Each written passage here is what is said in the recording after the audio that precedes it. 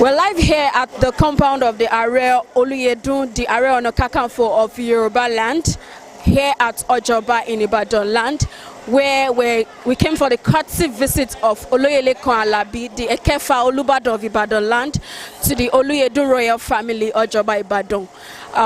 marking the 3rd year of his installation as the first cultural ambassador of the National Museum and Monuments, Ile-Ife.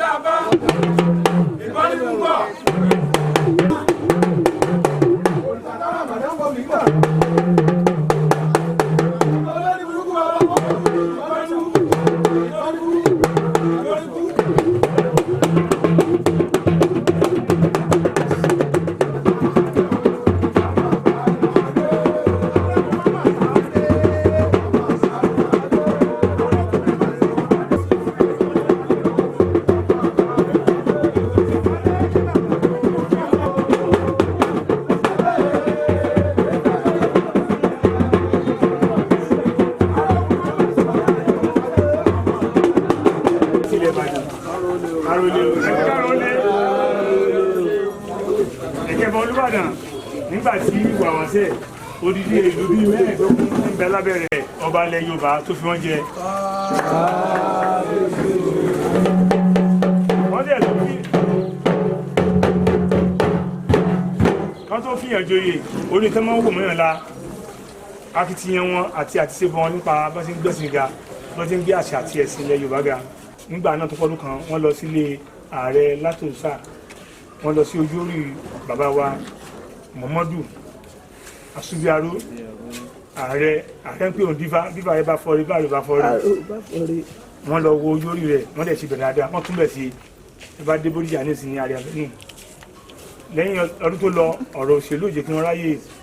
ọdún yìí wọ́n wá wọ̀ pé àníntó pé àkó fún tí ń ṣẹlẹ̀ ìjì náà ní kan gbogbo akóní kan mọ́ gbogbo àwọn tó lẹ̀ kàn ló bá fún àlàáfíà. Wọ́n wá ní ilé ta ló kàn ààrẹ àwọn kan lẹ́bàdàn làwọn fẹ́ wá ọ ká má bínú láti fi hàn pé káwọn fi mọ rírì bí gbogbo akitiyan tí àwọn báyìí ṣe wọ́n fi wá ní ilé ààrẹ Olúyẹdùn làwọn bọ̀ ààrẹ àkọ́kọ́ nílẹ̀ Ìbàdàn.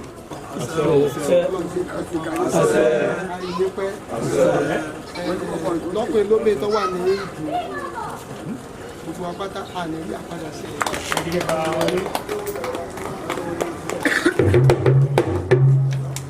ẹ̀rùn pé a ní akọ̀lẹ̀ olè mọ́ bímọ nígbà tó lé ọdún máa bímọ ó bí Ajíbọ́sí Àkànní nígbà tó ń bọ̀ láti ìlú Ògbómọ̀ṣọ́. Ẹni tó bá rólé ibẹ̀ ó ní mọ́gàjá mídù Olúyẹdùn Adédìran fámásì. Nítorí Àlàbí ọlọ́mọdé ọjọ́ àbójọ́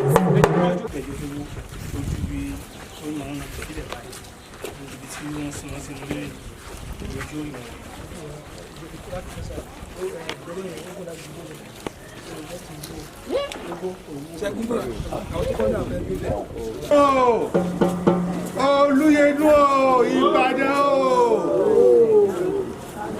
Olúyẹdùn o. A dúpẹ́ lọ́dọ̀ Ọlọ́run.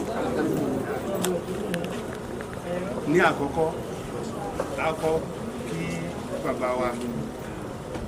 Olúbàdàn tilẹ̀ Ìbàdàn pátápátá.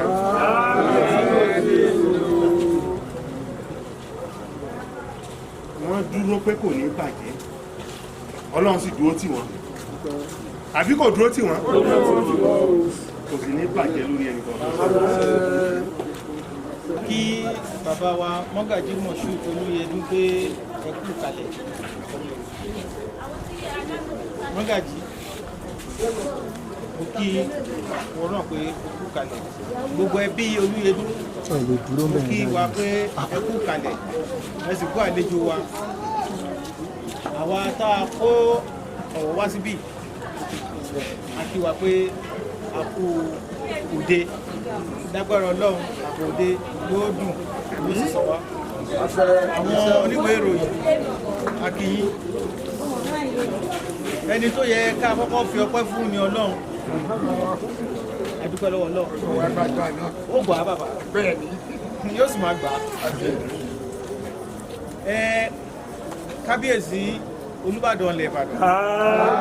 kábíyèsí o a ti rí àpẹẹrẹ wọn ń bí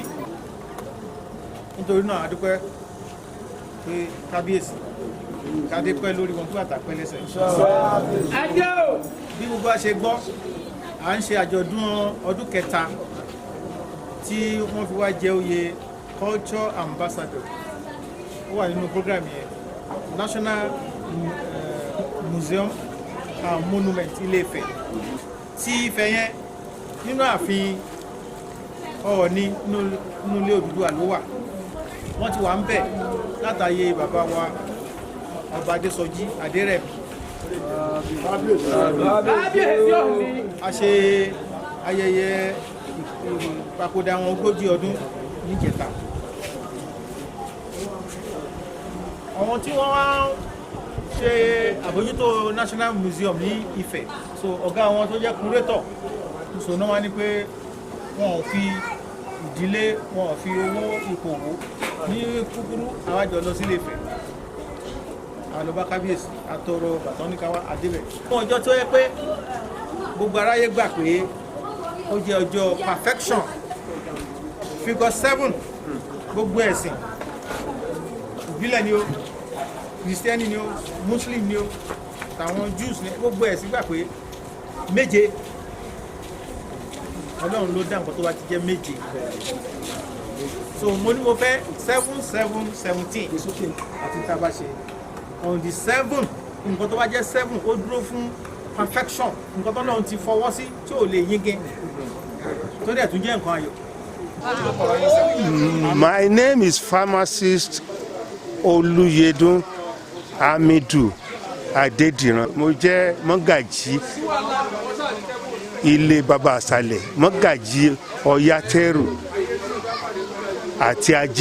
Ajíbọ́sẹ̀ yẹn ni Àkànní ọmọ Olúyẹdùn ọmọ làwa jẹ́. Ilé wa ilé Olúyẹdùn bí la lè sọ pé àjọṣepọ̀ pẹ̀lú Ẹ̀kẹfà Olúbàdàn ẹni tí ó jẹ́ Olúyẹdùn wọ́n ti lọ tipẹ́ àwọn tí wọ́n jọ Odùgbà gan àwọn great grandchildren wọn gan tún ti lọ ṣùgbọ́n àwa pẹ̀lú Ẹ̀kẹfà Olúbàdàn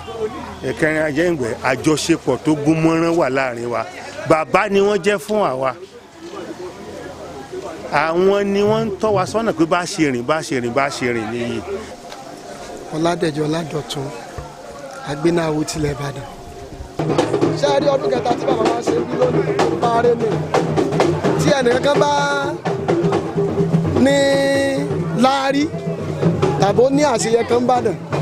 àwọn ibi tí ó yẹ kí ó jẹ́ ilé tí wọ́n ti wá máa dúpẹ́ ilé ìdúpẹ́ ni nígbà tí àwa ò tí ì gbọ̀njú tán bàbá wa ń sọ fún wa nínú ilé Lábọ́sẹ̀dé tó fèsì ilé Olúyẹdùn yìí kódà béèyàn jẹ mọ́gàjì ń bàdàn ibẹ̀ ni ó ti wá gba ìwé mọ́gàjì kó tó di pé ọ̀làjú dé kó tó máa lọ ilé ọba. tí wọn ò bá mọ orin àkọlé rẹ̀ ni pé àfọ̀pẹ́ ọlọ́run gbogbo àwọn tí wọ́n bá wa kó wọ̀nyí wá síbí ẹ jẹ́ ká wá ṣe kábíyèsí fọ́mà ẹ̀sẹ̀ wá já kábíyèsí.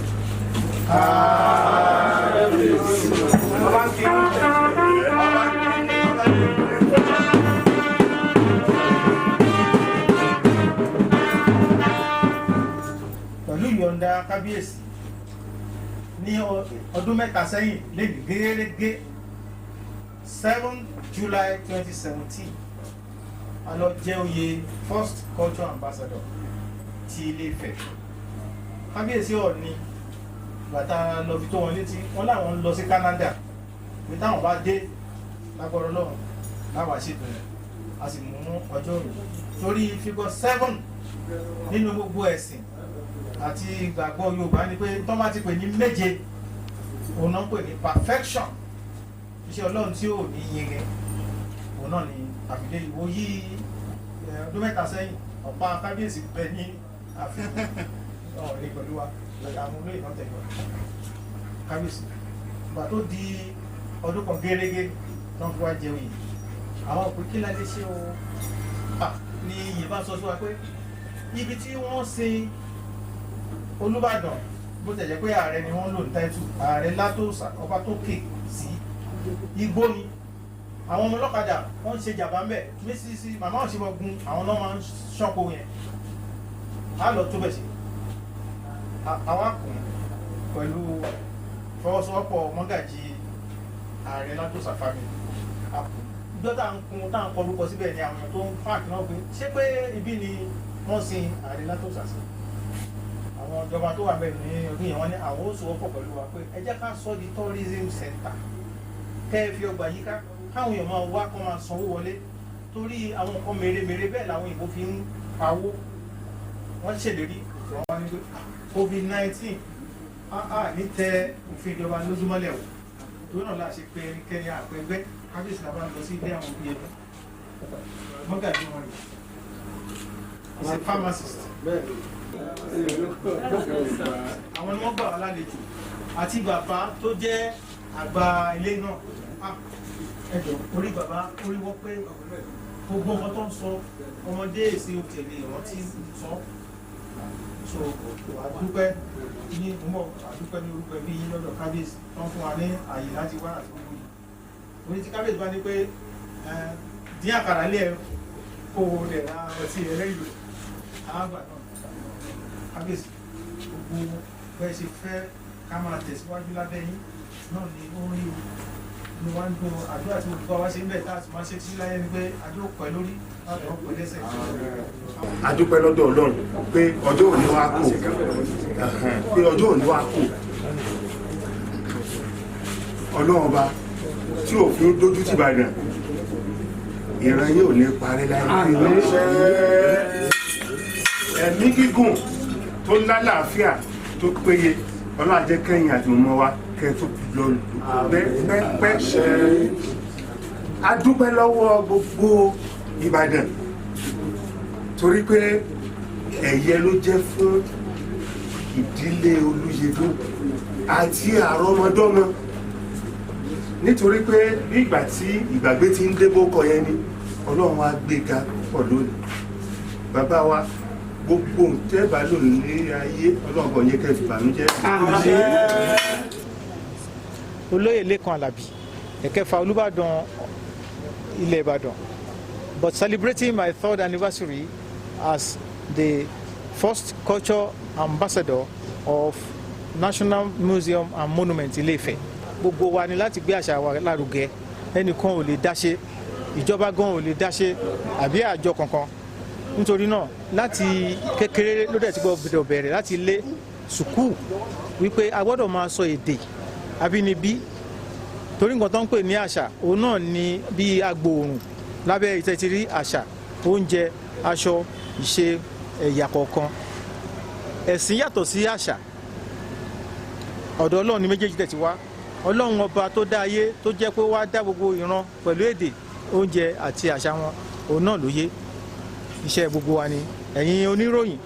pàápàá jùlọ onímọ̀máwòrán rédíò àtàwọn oníròyìn ìwé ìròyìn iṣẹ́ ńlá ni fún wa o láti máa gbé lárugẹ.